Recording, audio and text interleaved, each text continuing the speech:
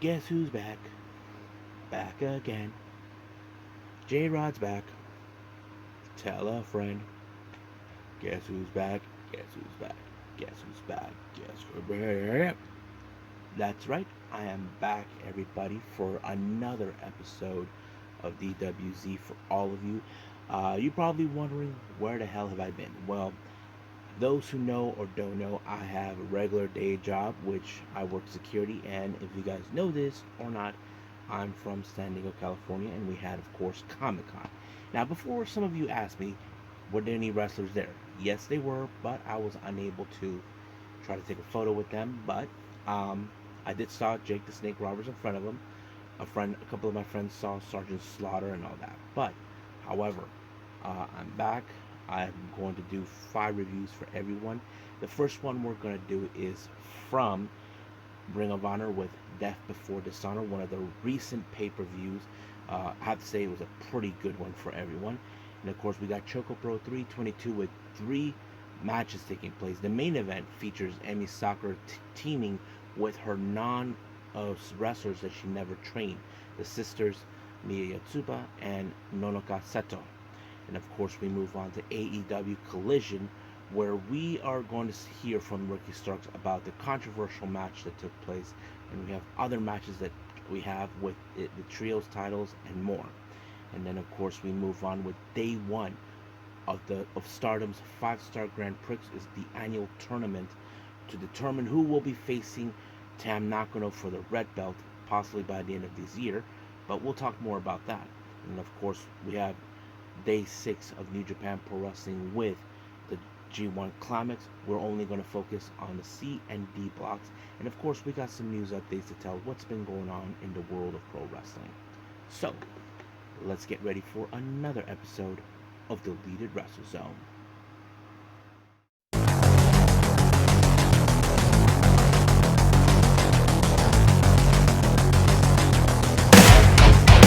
Are you ready?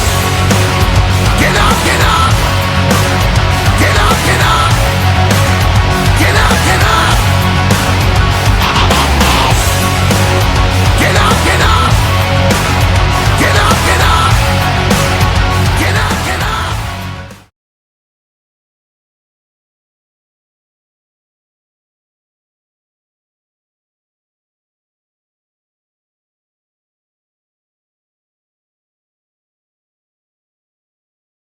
Welcome everybody to the Deleted Wrestle Zone, all things that is pro wrestling with AEW, NXT, New Japan Pro Wrestling, Impact Wrestling, the National Wrestling Alliance, various promotions, wrestlers, matches, and championships. I am your host, Jay, right here. So, if you are new to the channel, welcome. So, if you like this channel, please subscribe to it. But if you also like this episode, click a like and, of course, leave a comment if you like. So, let's get this started with Death Before Dishonor by Ring of Honor. Now, our 4 matches involved in the 0 hour. Our first one is a Pure Rules match with Josh Woods versus somebody who's been involved in this type of matches.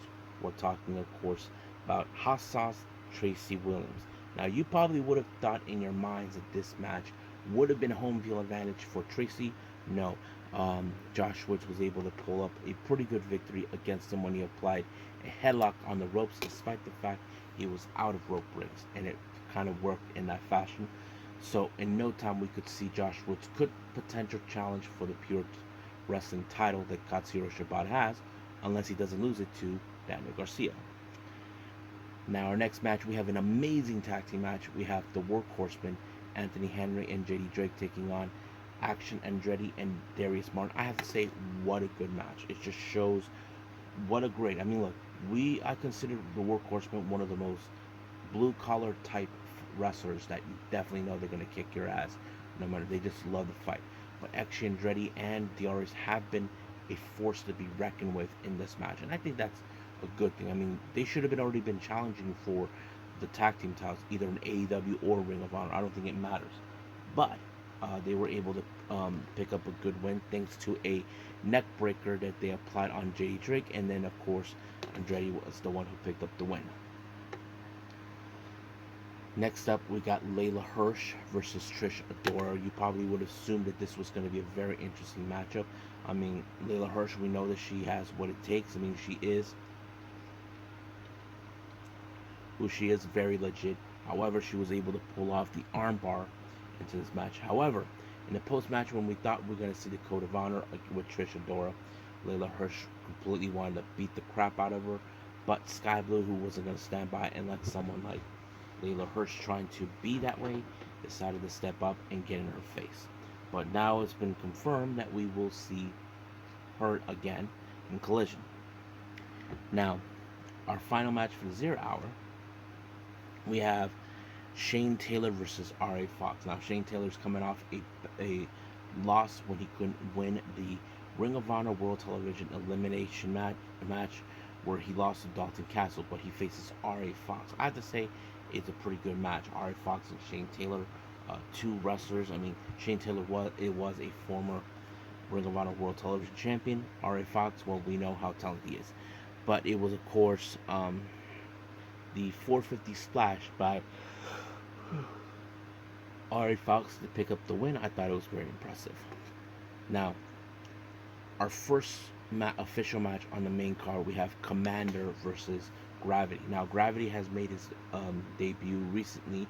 Those who don't know him, Gravity is the brother of Bandito. Now, if you guys don't believe me, you have seen Bandito. For a guy his size, has a lot of strength. It appears that Gravity must have adopted that thing with him. But in this case, Commander wasted so much time with his spots, what he was trying to do. However, it was Gravity who took his time and applied inside cradle to pick up the win. But I thought it was okay. I mean, Commander is amazing, but he wasted so much time, and this has allowed him to lose the match. Next up is the ROH World Television Championship between Dalton Castle and Samoa Joe. Now, Joe did not like the idea of being in this type of match, but however, Stokely Hathaway was involved in all this stuff. I mean, Dalton Castle could have gotten away with it, however, with winning the match in his own way. But, however, it was Samoa Joe who was telling Stokely to fix it, try to turn this match around. Which, of course, it was very excessive when he got rid of the boys. Then Joe low blowed and then chokehold, just like that in that capacity. So it was a huge disappointment for Dalton Castle. I wouldn't be surprised if he probably would demand another rematch. Now our next match is a 4-way match for the Ring of Honor World Tag Team titles. We have best friends Chuck and Trent, the Kingdom, Matt Taven and Mike Bennett, Aussie Open, Kyle Fletcher and Mark Davis, and of course the Ring of Honor champions, Lucha Bros. I thought this match was intensified, knowing that anything could happen. Now the Lucha Brothers don't technically need to be pinned, and that kind of sets it in. But it was, of course, the Coriolis that ended things for Aussie Open when they applied it on what's his name, on Chuck, or no, on Trent, giving them the win. So, however, the Lucha Brothers were pinned. They could potentially request for a rematch in the future, but they were contending with the best friends soon after that. But we'll see what happens till then.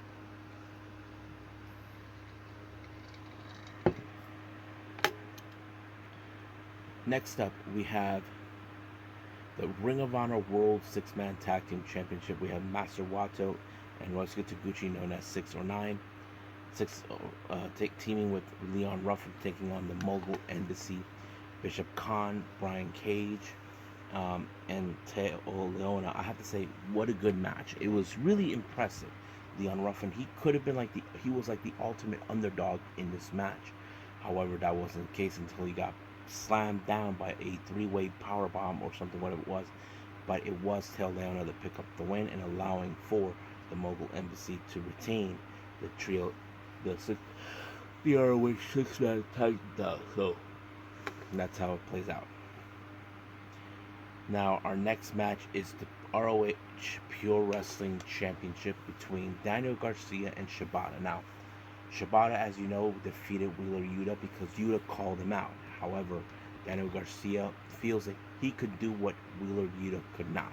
However, his little dancing thing is was basically annoying to Shibata the entire time. But however, Shibata was able to choke him out, and then PK, he retained his title. So I thought that was pretty cool.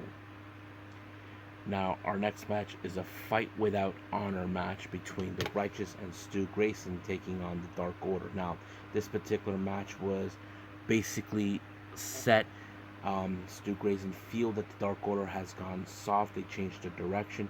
However, can the Dark Order be violent enough? I mean, they were vicious, using taxes, um, boards with barbed wire, all of that. Even Uno pushed Stu out of the ring when he slammed into some tables, but it was a pendulum bomb that they applied on Stu to pick up the win. So the obvious question is, what does this mean for Stu and Righteous?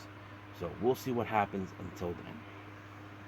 Now our next match is the ROH World Championship between Pac and, of course, Claudio Castagnoli. Now this thing goes back a while ago when, of course, the BCC lost to the Elite thanks to Pac, who walked out. So basically Claudio got in his face during the Blood and Guts match. However, Briscoe was injured, unable to compete for the ROH world title.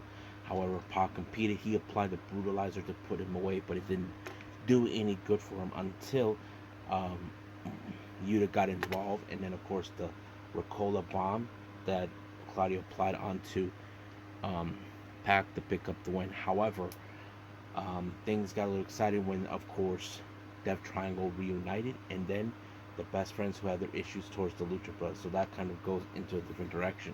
So we'll see how that turns out. I think our main event is, oh my God, one of the best matches I've ever seen. The Ring of Honor Women's World Title between Willow Nightingale and Athena. I have to say that match was so good. I think this is the first time in ROH history that we ever see a women's match. Now, we have seen it before, but in this capacity, never. So it was amazing. I mean, Willow Nightingale tried to Dr. Bombs many times. Athena tried the Moonlight. I'm just, wow. It just was that good. But however, it took only a crossface by Athena to pick up the win. But Willow Nightingale refused to surrender. She never tapped out, but the ref saw that she was already out. So basically, he had no other choice but to call this match just like that. So very, very, very, very sad for that. So I have to say, it was a pretty good show. I think it was great. So you should check it out. So right now, let's move on with ChocoPro 322.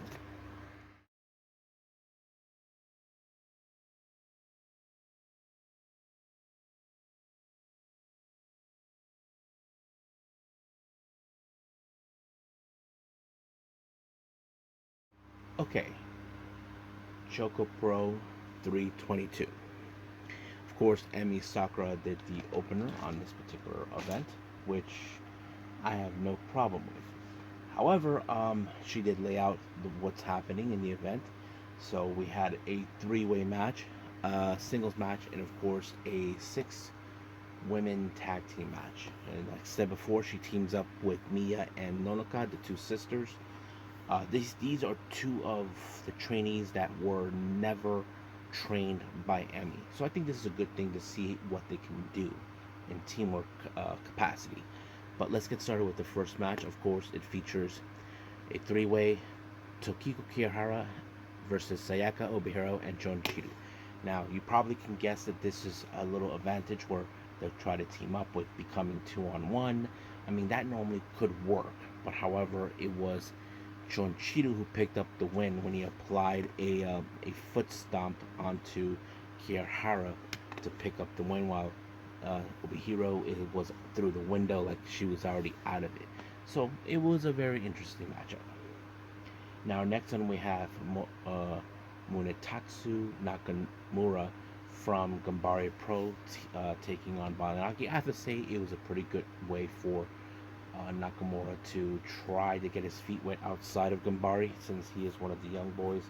But it was, of course, Balanaki who picked up a very good win when he applied the Kumaro. So I thought it was fantastic. Um, so yeah, but however, we did see during the little break, we saw the return of Sayuri, who we haven't seen for quite some time. It's great to see her. I don't know when she'll be back. I know she was ill a few times. She does work in a bar, from my understanding, but just glad to see her that she was showing up. Now, our main event, we have a women's trios match. We have team number one consisting of Sayaka, Chiko Shikawa, who are fourth generation wrestlers, taking on teaming with Mei Shiruga to take on Emi Sakura, Mia Yatsuba, and Onoka Seto. Now that was a pretty good match. However, certain aspects of this match is being told now. Keep in mind, Mei Shiruga will be taking on Mia at next month, and so she will take on Nonoka. So that would be interesting. However, the X factor would be, of course, if someone pins Emi Sakura, they do get a shot of the Super Asian Championship. That is something that could be in their back pocket, but however, it was, of course, a muffler by Chiko Shikawa on Nonoka, forcing her to tap out, giving them the win. Now, for our Jonkin tournament, that was a very interesting dilemma. I have to say, the Best Bros didn't make it all the way. But, however, I thought Sayaka would win it, but she lost to Mia Yatsuba. This is good momentum of her before we get to four aces, but we'll see what happens until then. However, during the post show, apparently there's Masahiro Takanashi put a match between both Minoru Suzuki and Mei Shiruga. So that's going to be a very interesting thing to watch. I can't wait to see what exactly is going to happen. I mean, Murder Grandpa is going to kill her, but yeah. So that's pretty interesting. So I think that's pretty much it right now with ChocoPro. So let's move on with AEW Collision.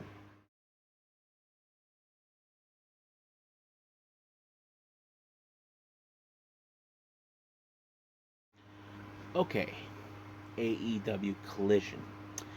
Now, we do get a little bit of an interview with Tony Schiavone in the ring. Now, we talk about the controversial ending of the Owen Hart Foundation tournament. We all saw what happened. Ricky Starks grabbed the rope. Now, he said that, he did exactly what anybody would have done, tried to pick up the win. However, CM Punk shows up, this and that, even disrespect the people of New Jersey, that sort of thing. However, Christian Cage and Luchasaurus showed up, you know, this and that because I don't know. But here comes Darby Allin, who is saying, why not you, Ricky Starks, team up with one of them, with Christian or Luchasaurus, to take on CM Punk and, of course, himself, which I thought it was a fantastic idea. So that match was later announced as the main event. Now, earlier in the day, we did see Andrade Idolo. He was ordered to leave the arena due to the fact that they're worried that he could screw things up with the title match. If you guys remember, the House of the Black took his mask and now he wants it back. Now, our first match of the night, we have Action Andretti and Darius Martin to take on the BC Gold, Juice Robinson and Jay White. The BCC Gold were really vicious the entire time. That's what they were known for. So it was very much hectic in some capacity. However, of course, we saw the interference from the Ass Boys themselves. Colton and Austin Gunn would do anything to ensure that this match would remain with Bullet Club Gold, which it did happen. But it took at least, who was it? A Blade Runner by Jay White onto Andretti to pick up the win. And one more time, they decided to give a beatdown at the end, Bullet Club style. Now, next match we have Miro versus Nick Comoroto. Now, this match started with Comoroto attacking Miro before the bell could ever ring. Very disrespectful, if I might add. But it did not stop, of course. Miro, he did. Moment we did saw that Nick Comoroto did had everything under his control, but the Redeemer was able to overturn it until he applied that kick, and then of course the infamous camel clutch, forcing him to tap out. Now, our next match is the AEW World Trios titles. the House of Black versus the Acclaim and Daddy Ass. I thought this match was pretty good, but however, it was Daddy Ass who ended up on the wrong side of the black mass. This was a huge disappointing loss, but however, Malachi Black near the end decided whispered something into Daddy's ass ear. Now we don't know what the extent was, and then of course, what happens next? He takes off his boots and places them in the middle of the ring. Now, those who aren't familiarized with what that means, that is the sign for wrestlers are saying that they're hanging up their boots and they're retiring for good. It's been done before. We've seen it in certain occasions, but however, this is a very interesting thing. We don't know much, but we'll see what happens. Now, once again, Tony Schiavone has applied another interview, but this time with FTR, who will be facing against the newly formed Adam Cole and MJF. However, they had a strict message to Adam Cole, who's saying, "Do you trust MJF? Do you think you can trust him?" Because they would know because they were part of the Pinnacle together, and I think that kind of sets it in. So they're trying not try to make this match go away, but more like warning Cole, don't trust MJF. So that's one of the things I'm sure that we're gonna see somewhere. But nonetheless, how do I say this? We'll see what happens until then. Now, our next match we have Sky Blue versus Tail Valkyrie. Now, Sky Blue mentioned with interviewers that she grew up idolizing Tail Valkyrie. However, you know the old saying goes, never meet your heroes. And I think that's something that Sky Blue will probably learn from. I mean, Sky Blue took a hell of a beating by Tail Valkyrie until she applied the curb stomp, just like that, giving the win. However, during her post-match, she decided to call out one particular wrestler, and that is none other than the Doctor herself, Britt Baker. So that's gonna be interesting to see. And this is the first time ever, and I believe it will take place next week on Dynamite. So we'll see how. I mean, well, not next week, but this coming Wednesday. We'll see how that turns out. Now, our main event, we have Christian Cage along with Luchasaurus teaming with Ricky Starks to take on Darby Allin and CM Punk. Now, there was basically no communication between both Starks and Christian due to the fact that they like this. Ricky doesn't want to confront the CM Punk or Christian doesn't want to confront what's his name, Darby Allin. So that's been going on for a while until of course the referee didn't see it. Luchasaurus got involved, and then of course it was a pin by Stacked onto Darby that giving them wins, just like that. So that's kind of interesting to see, but that's how it goes. So I think that's pretty much it with AEW Collision. So let's move on with Stardom 5-star Grand Prix.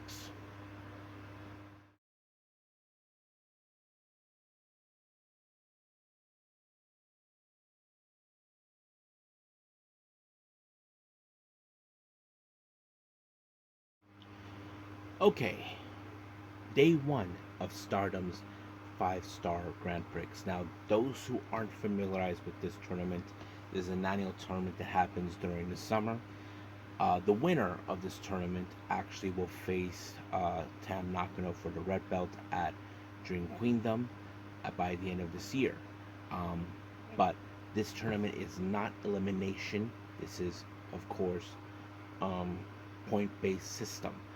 The winner goes getting 2 points for winning. The loser gets 0.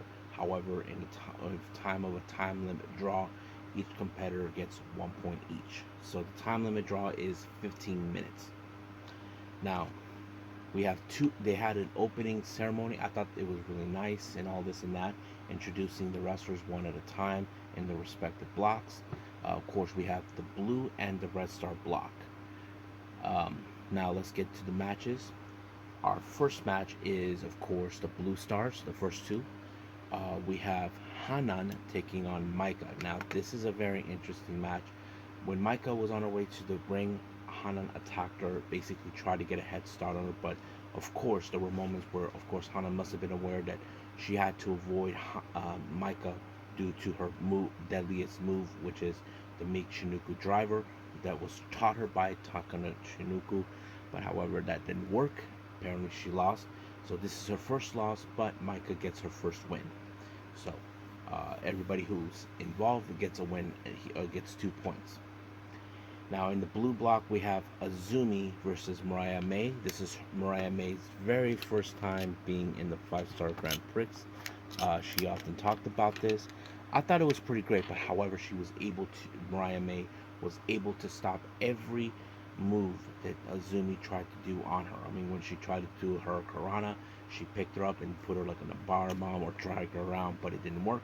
However, Mariah May did apply the happily ever after on her to pick up a good win, so she gets 2 points. Now she is confident to believe she could be the next Gaijin after Toni Storm, who won the G1 and could make it through. But we'll see how that goes because we still got a long way to go.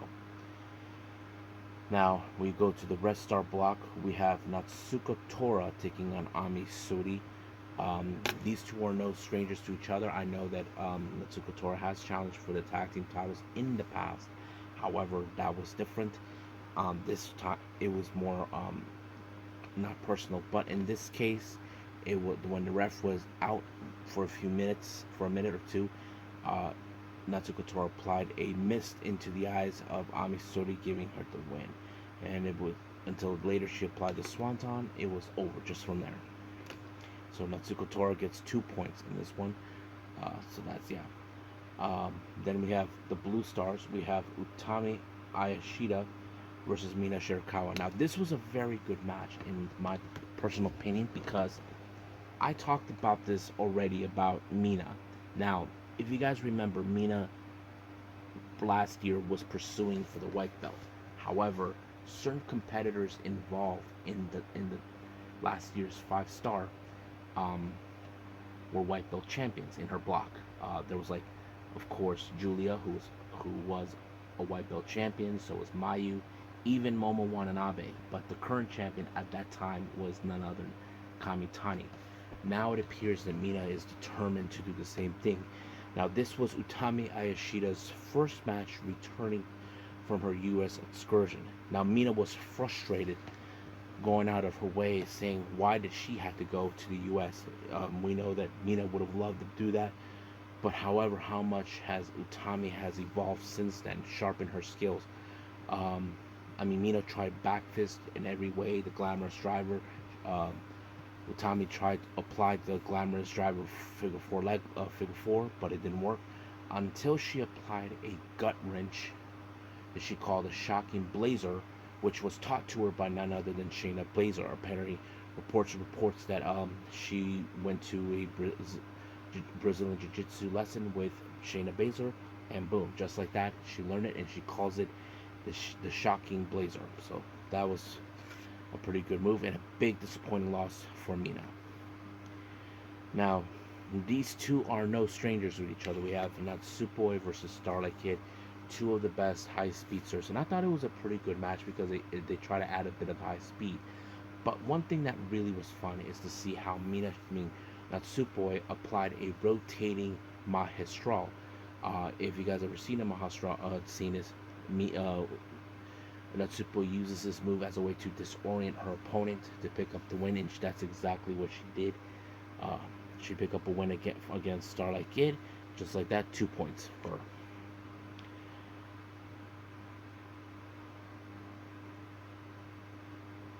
Then we have, of course, for the Blue Stars, Momo Watanabe versus Mirai. I have to say, what a good match. I mean, Momo Watanabe, I know for a fact she does have a desire for getting the red belt, but however, she had to go through Mirai. Mirai was no match for her. She applied the Tequila Sunrise, and it was amazing how it is. I'm sure that people would say, since she pinned Mirai, she gets a shot of the white belt. Well, we don't know that, but anything is a possibility. Now, our next match, we have the Red Stars left. We have Suzuki versus Sudi. Now, we know these two have come across each other before on certain occasions. Pretty good, I have to say. Very amazing, but it was, of course, Sudi with a is somewhat of a version of the One Wing Angel, but different, that pick up the win. I'm sure that's the last thing that Suzuki wanted to do, is to lose to her, but that's how it goes. So yeah. Next up, we got Azuki versus Mayu Watani. Now, we know that Azuki has targeted Mayu, the leader of Stars, even though she is part of the same team with them, for a shot of the IWGP Women's title. So we know she has bigger plans, but however, would it work? I mean, she did try to warn her out in every possible way to beat her, but in the end, it was Mayu Watani with the Dragon Suplex that put her away, and I thought it was pretty bad right there. Pretty badass right there for Mayu. So yeah. Uh, let's see. What's next? Oh, yeah. Now, back to the Blue Stars. We have a match that we've been waiting. This is a 4 years in the making between these two, Julia and Sairyu. No, now these two haven't wrestled each other in 4 years. If you guys remember, she was the IWG Women's Champion for At-Risk Girls. However, Julia was unable to pick up that title and lost. However, this is Julia's way of trying to repay a debt or something. But man, they went crazy nuts in this match. I mean, outside the ring, throwing each other through chairs. I mean, Sairyu Inouye was bleeding from the head. Every deadly blow that, of course, Julia tried on Sairyu did not work in that kind of way, and neither did Sairyu Inouye. But in the end, there was a time limit draw, so they get each of 1 point. However, I don't know how that's going to affect Julia right now, but we're still in the early stages of the 5-star. Now, our main event is the Red Stars block. We have Saya Kamitani and Tam Nakano. Now, these two are no strangers from each other, not as competitors, but it was back then where, of course, when Saya Kamitani started, Tam was her teacher. However, she went to Queen's Quest and joined them. However, Kamitani was the one person who dethroned Tam from the white belt back in 2021 in December. But now she has an ultimate goal. Kamitani is to obtain the red belt, since she lost the white belt against Tam Nakano's former teammate and friend, Mina Shirakawa. But this match, I have to say, it was pretty good, but in the end, it kind of went out of hand when Kamitani jumped off someplace, and then of course out of nowhere she injured herself. Now, the official, from what I'm hearing, is that she dislocated her elbow. Now, it's still no indication how long she'll be out. However, Tam Nakano was not happy with the result, despite the fact that she was given the win. But in this case, this was not a satisfying win. While she was talking, the lights turned off, and what we saw those who are familiarized with wrestling here in the U.S., we saw Megan Bayne calling out Tam Nakano, saying that she wants to challenge for the red belt. Now, I highly doubt they're going to give her the red belt this sooner, but we'll see how that goes. But however, she wasn't alone. She had Utami Hayashida. Hayashida claimed that she followed her all the way from the States to here, but she issued a challenge against Mayu Iwatani. Now, the reason she challenged her for the IWGP Women's title was because everybody knows, who has been following Stardom, it's been foretold that it was Utami Hayashida who dethroned Mayu Iwatani, so that could set up. But however, there was talk about Utami Hayashida that she wasn't the same since she lost the red belt back in 2021 to Sudi. However, Tam Nakano confused and all that, but I'm sure she'll get back to it. But nevertheless, what a great first round matches. I can't wait to see what's the next one's going to be. So I will be staying apprised of this as soon as possible for more. We still got some 3 shows from Stardom we haven't seen yet, but I'll get to those as soon as possible. And I think that's pretty much it what we have for this one. So let's move on with New Japan Pro Wrestling G1 Climax.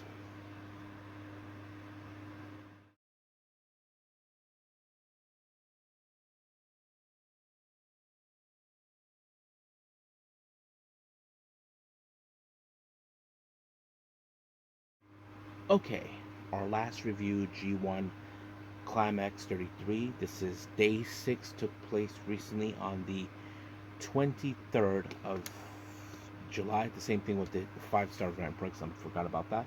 However, decided to save this one for last for all of you. Our opening match is the D block. We have Alex Coughlin versus Zack Sabre Jr. Now, this was a very difficult match for Zack Sabre Jr. Now, keep in mind, Zack is a submission specialist. You have a guy who has a bit of strength, and we're talking about the War Dog, Alex Coughlin. So I think that was a pretty interesting challenge for Zack Sabre Jr. But in the end, Zack was able to overcome all the odds when he applied an armbar onto, of course, Conklin to pick up his next win. So he leaves undefeated in his block with 6 points. Conklin 0. Now our next match, we jump into the C block. We have Mikey Nichols taking on Tama Tonga. I thought this match was good. Tama, who is jumping in more in singles competition, did everything. He even tried to apply the gun stun in every way to pick up the good win, but Nichols was able to dodge it. But it was, of course, once again the final gun stun to put away what's his name? Mikey Nichols, but just like that. Now back to the D block. We have Shane Hayes versus Hiroki Goto. Now Goto, he's the kind of guy you don't want to mess with, but however, he was well prepared what's going to happen. It took only a Goto Ishiki to put away Shane Hayes, just like that. That's how it goes. Excuse me. Now our next match, we have the C block, Aaron Hara versus Eddie Kingston. I have to say, what a good match, because Eddie Kingston has shown a lot of character. Not to mention Henare tried to take out Eddie Kingston's leg, his arm, because he applies the back fist. He couldn't do the chop, but he did everything humanly possible to try to use his left hand. Now, we always say, there's always a dominant fan or dominant part of our body that has always been good, but Eddie Kingston had to use his left. But this match ended with, of course, applying a back fist to the future onto what's his name? Onto Aaron Henare. I have to say, not bad from there. Now our next match is back to D block, Toru Yano versus Tetsuya Naito. Now Naito, he's the kind of guy who takes a sweet time to get into the ring, even if he's taking a slow pace for Yano. However, he was told he was. I figured that Yano was about to do some more tricks, as always. Now, we know he's been known to do that, using tape, using glue or whatever, but this time he got tape. He had this one guy who, hold on, we have, of course, Yano tried to use the tape, but it backfired on him. What's his name? Naito applied it on him, but he applied the Casadora to pick up an amazing win against him. So this was a huge disappointing loss for Yano. He's currently winless. I think Naito has 4 points, I believe. Yes, 4 points with 2 wins and one loss, I believe. Now back to the C block, we have Shingo Takagi versus Tomohiro Ishii. Now you can call this match a hoss fight. Now Ishii is the strongest and most powerful wrestler in New Japan. But when it comes to Shingo, he always tries to prove that he is that guy too. But it took like a pumping bomber. I don't know if he was able to apply the last dragon, but in the end, Shingo applied the pumping bomber to put away Ishii just like that. Now, our next match, we have Jeff Cobb in the D block taking on Hiroshi Tanahashi. I'm sure this is a match that Cobb would definitely brag about, knowing that he has all the superiority to defeat a guy like Tanahashi, which he did when he applied the Tour of the Islands, and just like that, he picked up the win. So we'll see how that goes. Now our main event features Evil versus David Finlay. Now these two guys, members of the Bullet Club. However, of course, they brought in their backup in case of anything. So that's always been what. But Evil, you know how he is. Evil will always be evil. But Finley is the leader of the Bullet Club. As you know, he thinks that his version is far more superior. But it was, of course, the tour of the islands that put away Jeff Cobb. We put away Tanahashi to give Cobb the win. I mean, sorry, my bad. Of course, for that Evil and David Finlay, we did see that both sides, with their seconds being there, was going to get involved. There were 3 refs, all of them were knocked out. But, however, it was the Into the Oblivion by Finlay onto Evil to pick up the win. So, pretty good, I have to say. So, we'll see what happens until then. So, we're only in day 6 at the moment, but we'll see where it's going to lead us. So, I think that's pretty much it for now. Let's move on with news updates.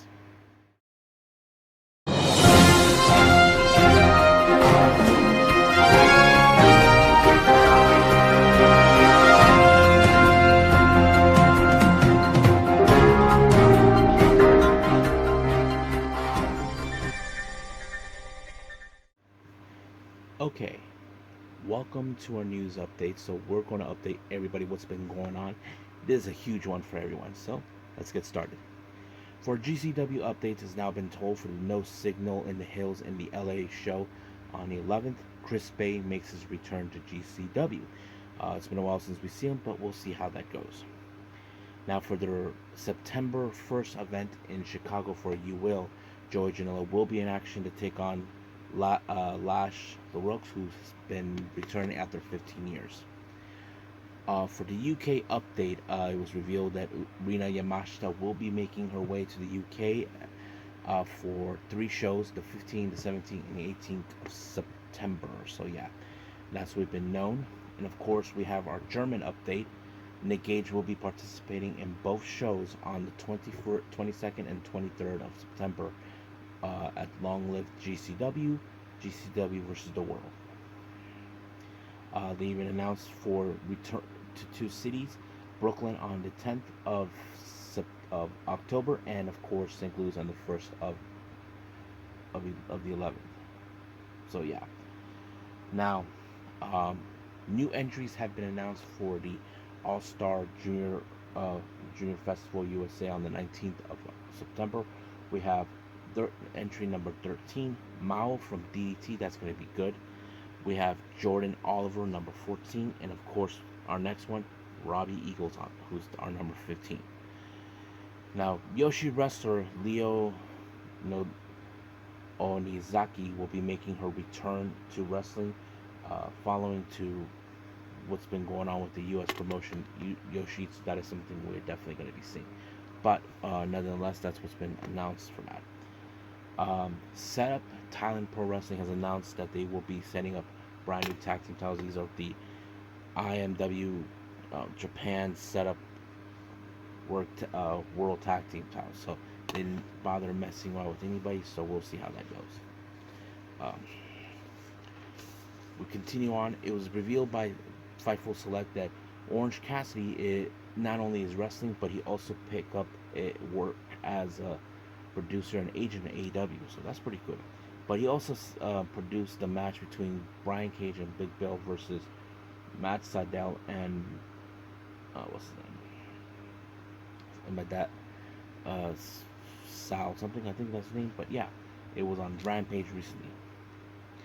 Now, Baka Gaijin Friends Volume 7 has been announced. We have 4 matches that will be made. We have Chris Brooks versus Yoshihiko. Hagane Shino, who will be taking on Yuki Kamifuku. We have Antonio Honda versus Ram Kaicho, and finally Mecha Mummy versus Takeshi Masada. That's going to be good. Now, interesting news. Former AEW star Brian Pillman has been spotted in the Performance Center recently. However, apparently a new deal has been made for him with WWE. I'm sure that's something they've been looking forward. There's no word about what the deal is going to be. Hopefully something good. But like I said, for now, let's just wait till what happens. Rush has announced on his Twitter page that he is now 100% AEW. We know he had some issues recently in the past, but seeing him in AEW, that's going to be fun. Now, Katsuyori Shibata said something very interesting.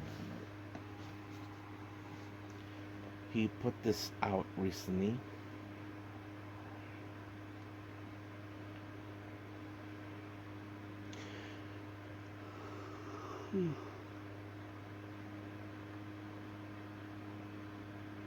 Okay, this is what he said. I don't know what the medical situation is. Obviously, New Japan, who's pretty much washed their own hands, he's not even with them anymore. You know, it's true. Um, he's in AEW, and AEW let him do whatever he wants to do. Meltzer on Shibata statue, so that's something interesting. So, yeah. Then, of course, we have for the Fire Wrestling 8XGP, they'll take place on the 29th. We have Vixen uh, versus Billy Starks, and then, of course, Craig versus Miles Davis. Oh, no, yeah, Miles Aville. That would take place on that particular date on the 29th of July. So, mark your calendars for those for the 5. Now, just tap out. The girls, Yoshi. We have Rhythm versus L for the secret base. Then we have Yu versus Yumika Yanagawa. Tomaka Inabe will be taking on Sayuri Noi, and then of course Yu Yamagata versus Azuri Inabe, taking on Ozaki and what's her name, Brain. So yeah. Now, this was announced by Combat Zone Wrestling. Tournament of Death they're gonna have for entry. Akira will be involved, so that's gonna be interesting to see.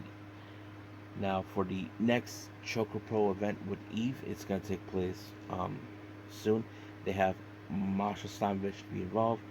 Then we have the Eve Championship, that sort of thing, you know. But they for ChocoPro and Eve will take place. It will be on the they're gonna have the 26th on the meeting, but Session Moth Martina will be involved. They even said that Maya Iwatani, who has been their champion, will be in ring action. Then of course we have Mei Shiruga and Shiko Shikawa.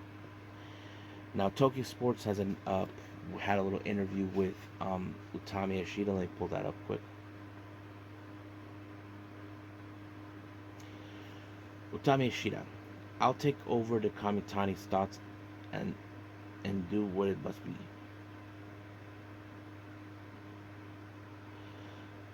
Okay, so this is what Kamitani said. I'll take over Kamitani's thoughts and do my best in the 5-star Grand Prix. I was allowed to ride in the car driven by Io Sky in the U.S. I was treated very well by her. I attended Shayna Baszler's BJJ lesson and learned a lot. So she's giving me the word of the engagement. So give me words of encouragement. So basically, she's learned a lot since she's been here. So we'll see how that goes. We even have Ross Yagawa explain more of the situation with Kamitani. I believe. Let's see what he says.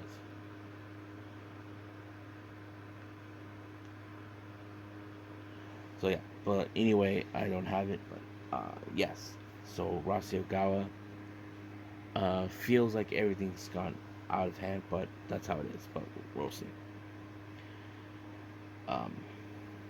We have the Runaway Wrestler that was announced. They're wrapping up their thing. They're currently in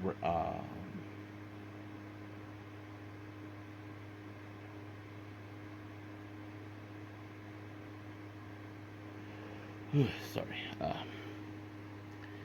Okay, last two things. During the 5-star Grand Prix, they announced the return of the Goddess of Stardom Tag League, which has already been known. So as soon as this is over with the 5-star Grand Prix, we move on to that. However, we have something very special. Now they announced for Dream Tag, where wrestlers get to decide who they want to team up with, even if they're not from the same unit. Now here do they announce. Maya Iwatani will be teaming up with her former teammate Saki Kashima. That's going to be good. Utami Ishida will be teaming with Maika. Nana Takahashi with Ruka. Natsupoi and Sario Noi.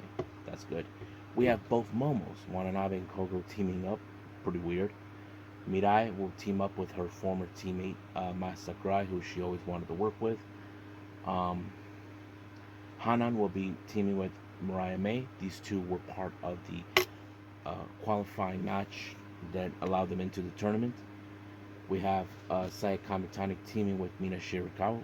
Kind of interesting. Hina and Rina, the twin sisters, will be facing each other. Azumi will be teaming with Starlight Kid. And finally, Julia and Zuzu Suzuki. So that's kind of crazy. So I think that's pretty much it right now, what we have. So let's just call it a day.